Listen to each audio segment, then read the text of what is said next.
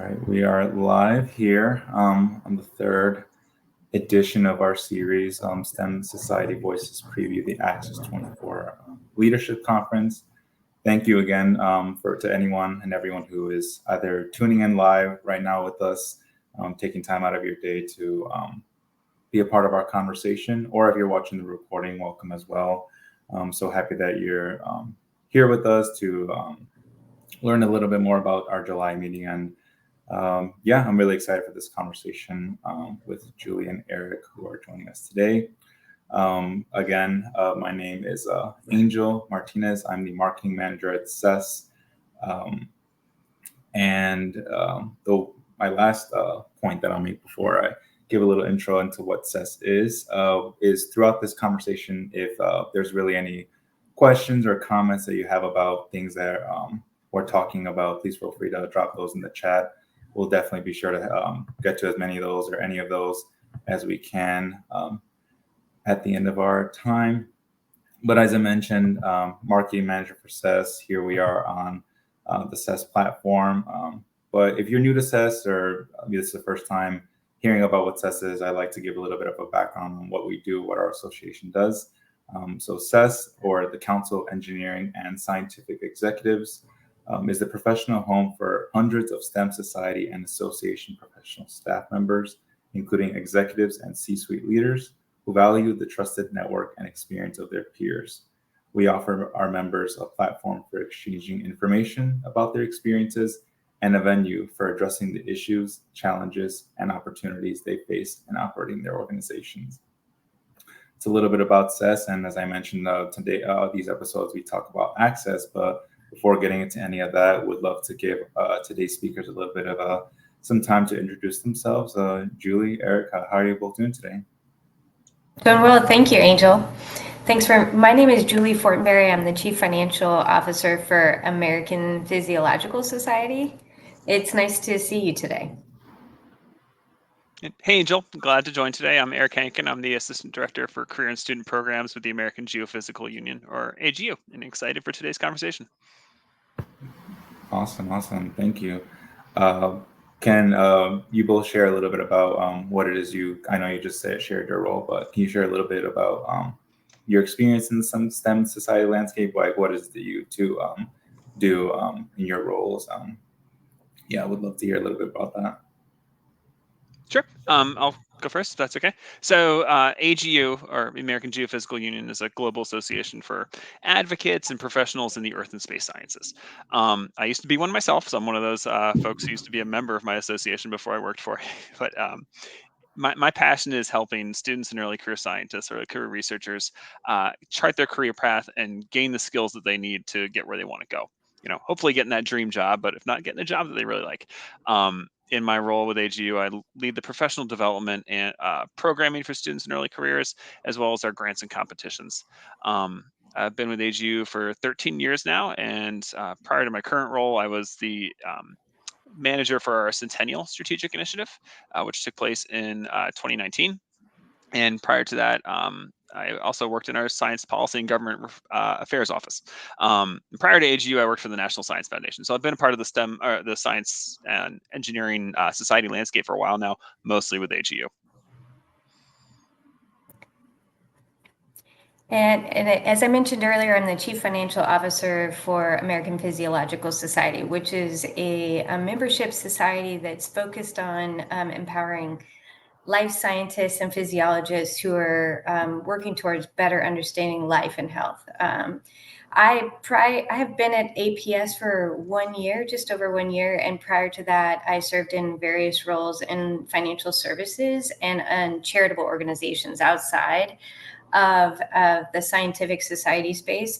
So I'm relatively new to the area, but finding the work incredibly interesting, especially as we address some of the exciting opportunities that have been presenting based on the changing landscape in our area. Thank you both.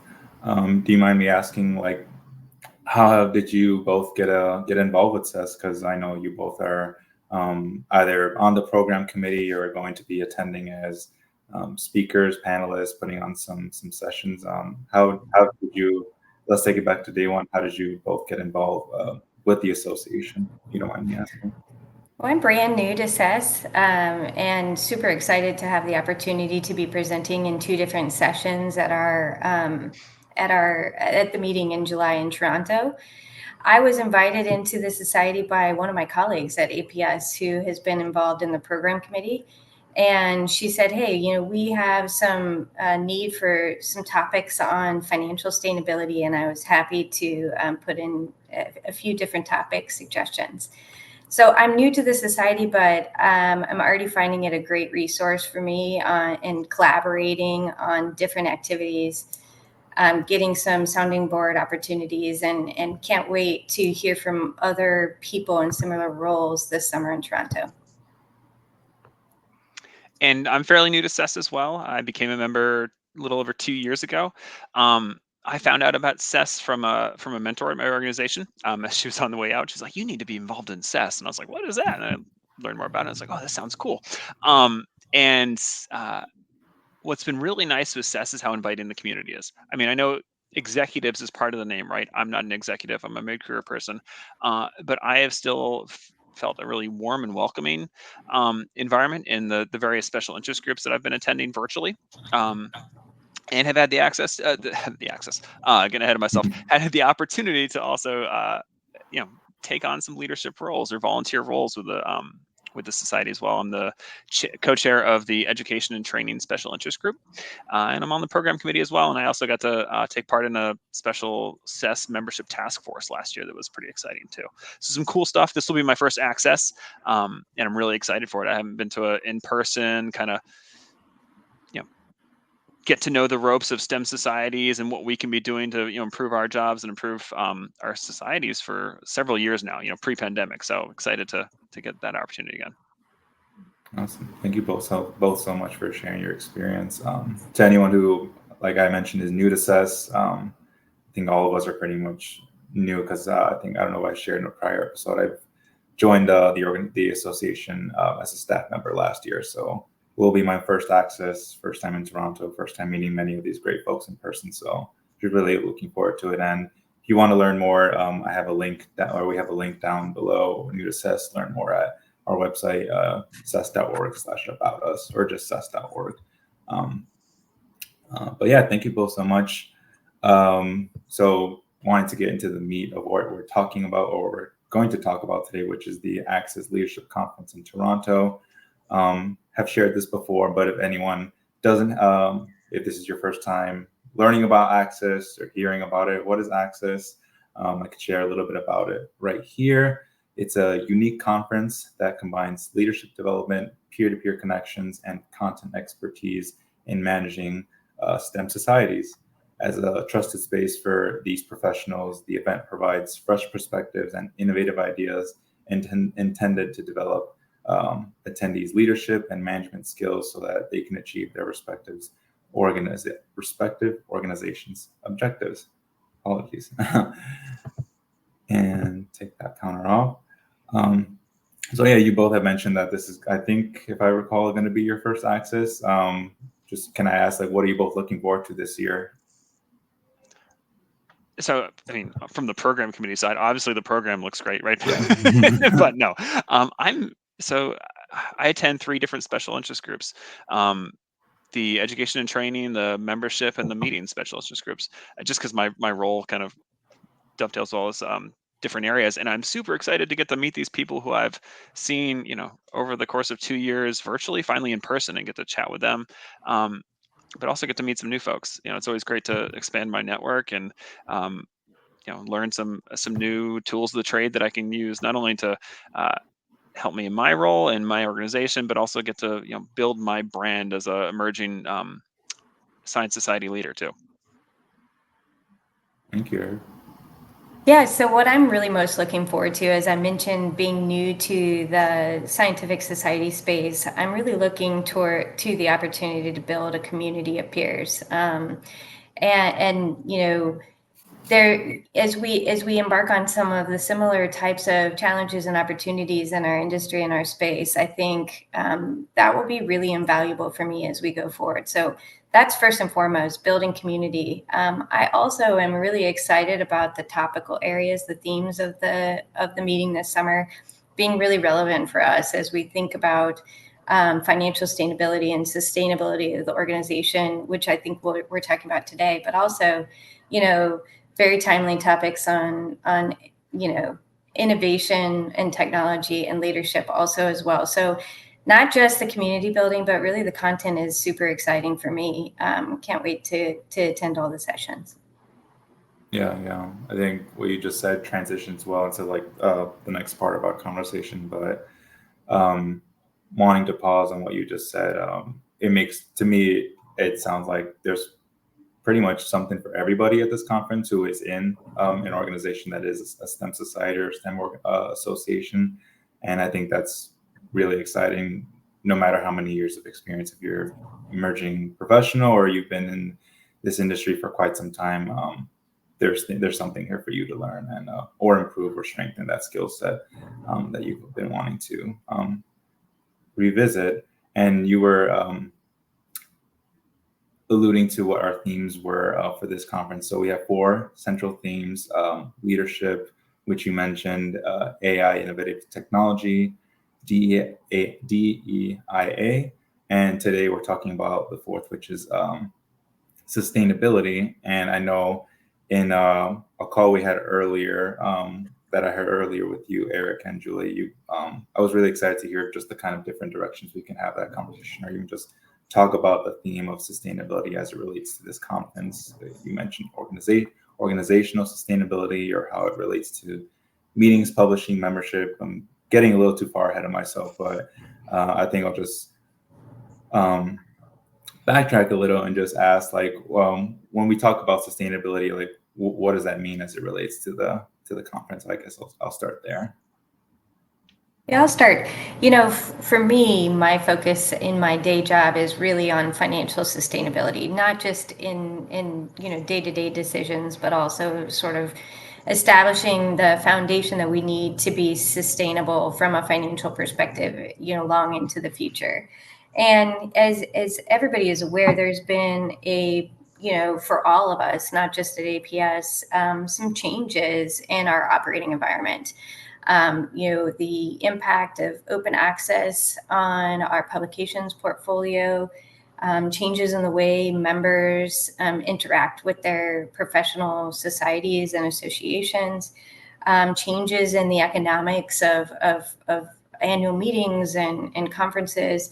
So, for me, it presents a lot of really interesting puzzles to solve, and all of them are solvable when we work together.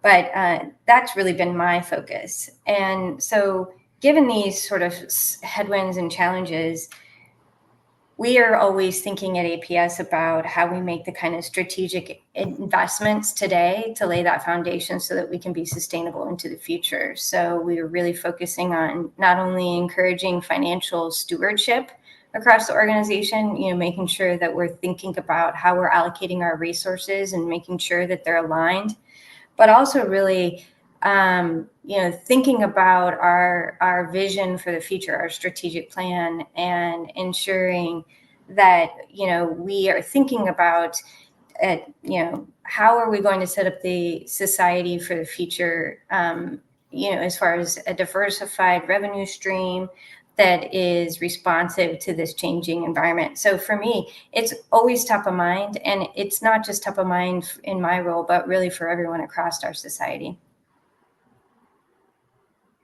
Yeah, sustainability is kind of a loaded buzz term, right?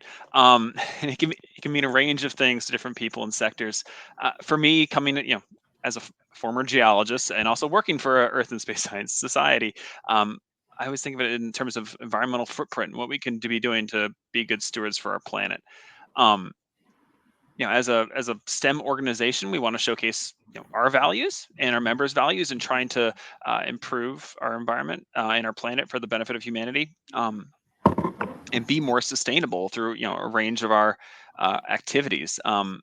what's exciting is we not only get to try to live those values, but we get to do it by showcasing and leveraging the work of our members, right? As AGU, we have folks who are looking at climate change and looking at global warming, but also looking at how to reduce microplastics, how to improve water quality, how to looking at different renewable energy sources, and we get to work with our members to try be more sustainable ourselves, and that's super exciting.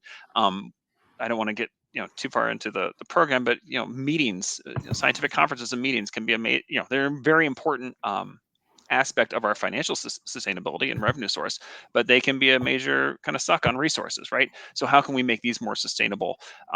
We get to work with our members to look for those solutions and work with the communities as well. That's awesome. Yeah. Thank you both for sharing your experiences and just your I don't want to say takes, but just how sustainability, how it relates to the conference and what you're looking forward to as regarding that theme. And I think I just want to like jump into hearing about the kinds of sessions that are in the works right now that are connected to this theme, because I've been looking at this program almost every day and just seeing it come together, like you both mentioned, it's been really exciting, especially these ones. And yeah, we'd just love to open the floor to hear, one or two of the sessions that you both are putting on. Like, what can guests expect at these sessions? Yeah, I kind of let the cat out of the bag on one of them. So one of them, and I'm actually helping put together the panel for it, is on building more sustainable meetings. And in that discussion, we'll be looking at the 3 core elements of sustainability in our meetings and events, in terms of making them more economically feasible, environmentally sound, and socially equitable. And there's a number of other sessions too under the sustainability theme that may deal a little bit more with what Julie was alluding to. I think one of them that I'm excited for, working in the learning space, is maximizing education revenue and impact to be more sustainable financially for your organization.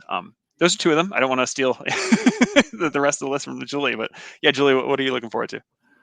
Yeah, so, one of the sessions that I'll be conducting is called Finance is Everyone's Business. A lot of times, everyone thinks that the finance office and the accounting team are the ones that are responsible, but in reality, everybody plays a part in not only being good stewards of the association and society's resources that the members are entrusting us with, but also really being thoughtful about their role in ensuring that we are building a sustainable business model going forward. So really, this is a session for folks who are not doing finance as their day job, but need some tips and tricks and some basic foundational information on how they can be that better steward of the society or association's resources.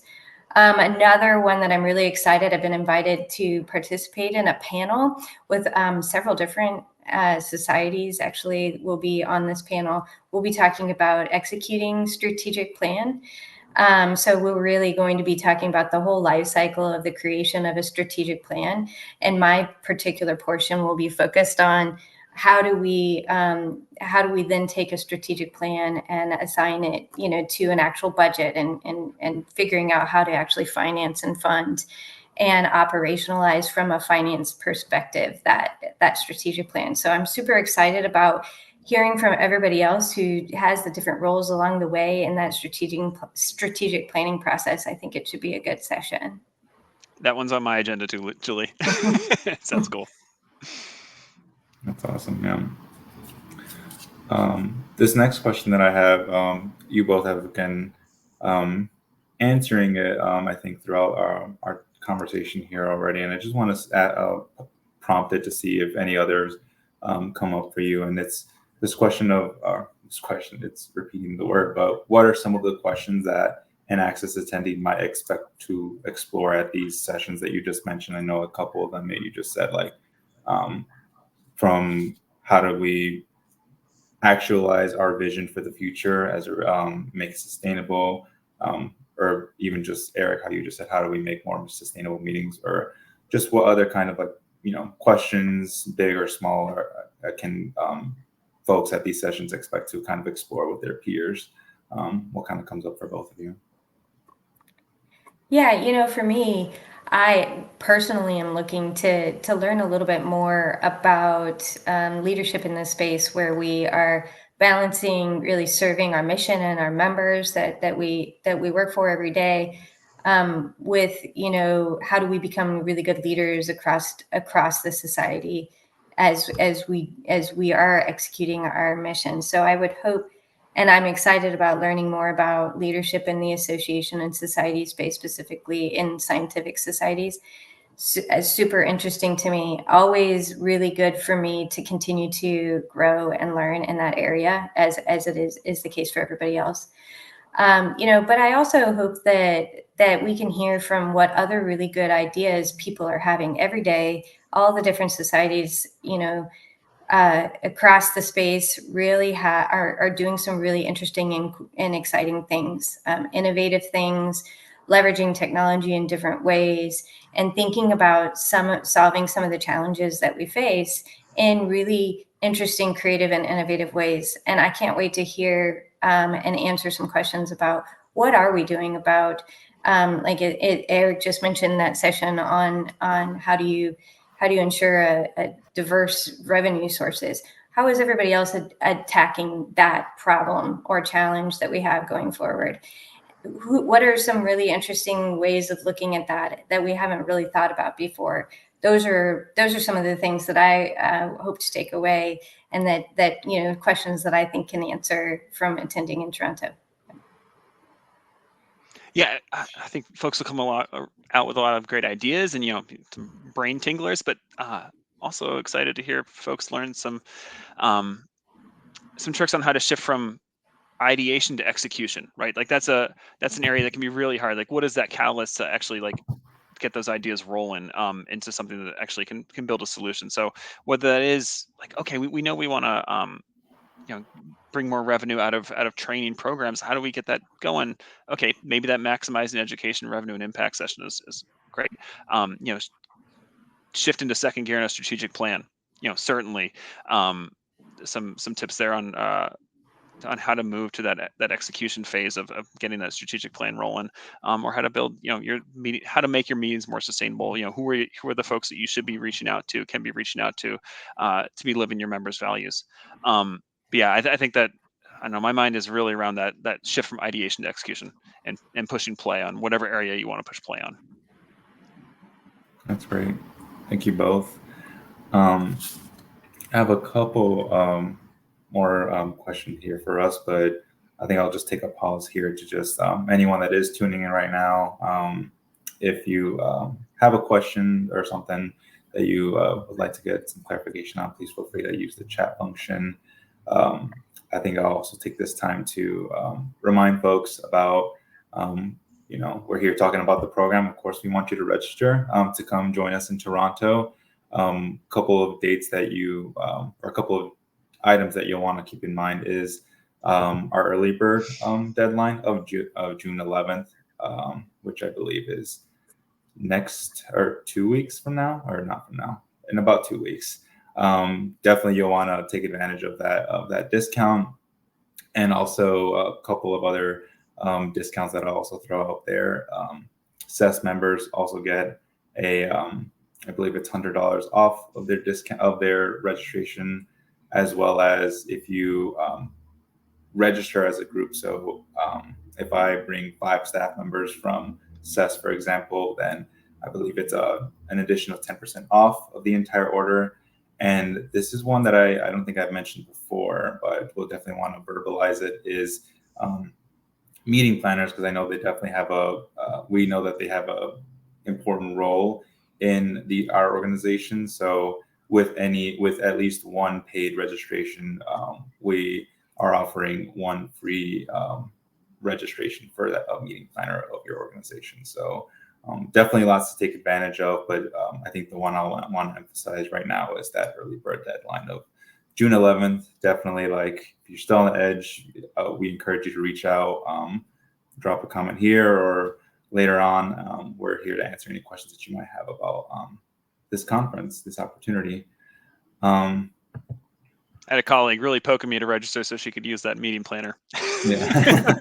It's like, oh, what a great benefit. Yeah, I see a couple of questions that Christine Log asks, is there a new attendee meetup? Never been before, would love to meet other Access newbies. And I think my colleague Greg provided an answer. We don't have a specific event for new attendee schedule. However, I recommend attending our member mixer, which is a great way to get introduced to attendees and members of CESSE. We do have quite a few of other new attendees register, so you won't have too much trouble finding other newbies. Appreciate it, Greg. And then I have another question from Susie. Has the closing keynote speaker been selected yet? And Susie, yes, actually, I just got word yesterday, but we'll be making the announcement shortly. I'll probably say early next week. You can expect to see who that person will be. And yeah, we'll just keep making announcements about the program over time. But yeah, really excited for this keynote, and we'll share more information about that.